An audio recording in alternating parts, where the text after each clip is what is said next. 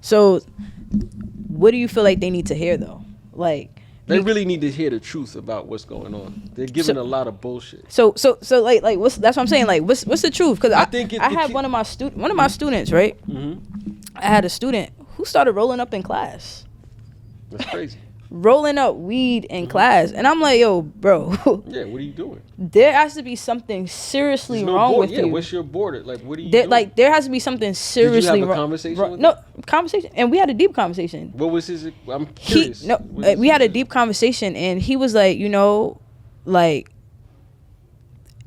he said I'll just be doing anything. He was like, but there's a reason why. He broke it down. Some pain. He broke it down. He said, like, to tell the truth, and we had this conversation in front of the whole class actually, and it was such a beautiful, and it was such a beautiful dialogue. Like, it really warmed my heart. He was like, you know, I was in like I think he said 6th, 7th grade. He was like, my brother got killed. He was like, that's when I first trauma. He was like, that's when I first started smoking. He was like, you know, everybody around me was smoking. That was just the thing we did to cope. And he was like, at first it started here and there, and then eventually it's just like, it's my routine. It's like, it's what I do. Humans are programmatic. And then he goes, I asked him what was your highlight at the break. He said my highlight was my other brother came home from jail. And he was like, you know I'm not supposed to be doing what my brothers aren't doing, but he said, I don't know what else to do. He said, I wish I had, at the time when I was younger, I knew there were other things. I wish I knew there was therapy. He was like, now it's like I have to train myself to not smoke. I have to, and he was like, it's hard. He was like, it's hard, especially when that's what everybody else around you is doing. Yeah. And it was such a beautiful conversation because I feel like he had some type of like. So when you ask me about what do, you don't run away and close your eyes and talk shit. You engage. And you engage not for the purpose, that kid, he may not automatically the next day get it. He not gonna get it. However, the spark happened.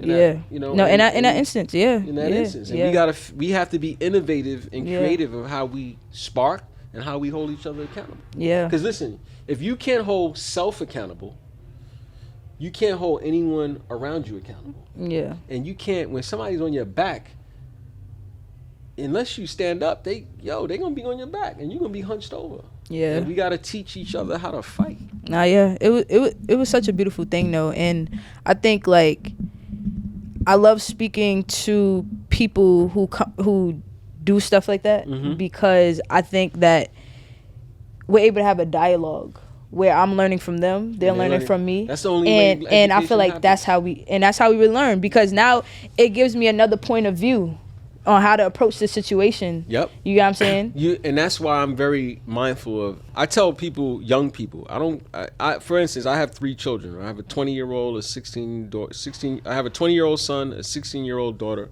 and a 14-year-old son. I never treated my kids like babies or children because the world isn't going to treat them like that. Now, that doesn't mean I didn't want them to have a childhood or anything like that, but I've always talked critically with love and everything, but I've always given them the truth.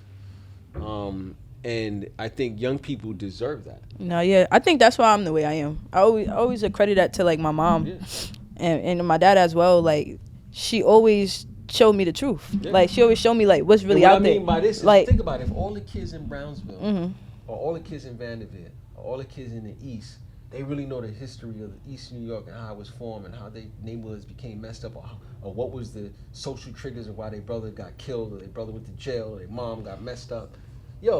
They would understand that it's a trap. Yes, and they're not each other's ops. Yes, it's a trap. The system. It's a trap. And then they would look at their community not as some place where they go make money and become famous rappers and you poor niggas this that look what I got and leave. I live around white people. I live in the hills with white people. They would go back into their community and fix that shit and put a guard around that so that corporations and whiteness won't be in there plucking each other out and plucking these people and these kids and these families out. No, that's literally my curriculum. Yeah, that's what I mean by telling the truth. Because I think because any human, when you realize the truth, you want to do something with it. No, seriously. I feel like my moment in life when I really woke up is when I went to Africa. Oh. I went to Ghana and I saw the slave castles. I mean, slave dungeons. I want to go. I feel like my experience in life when I really like changed and I grew was when I went to Ghana. I was a freshman in college. I had to be 17 years old.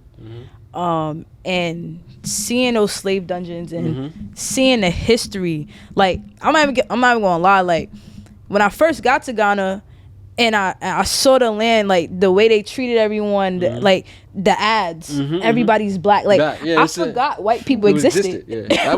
That was the experience I had in Africa. Like I just felt so. You felt at home.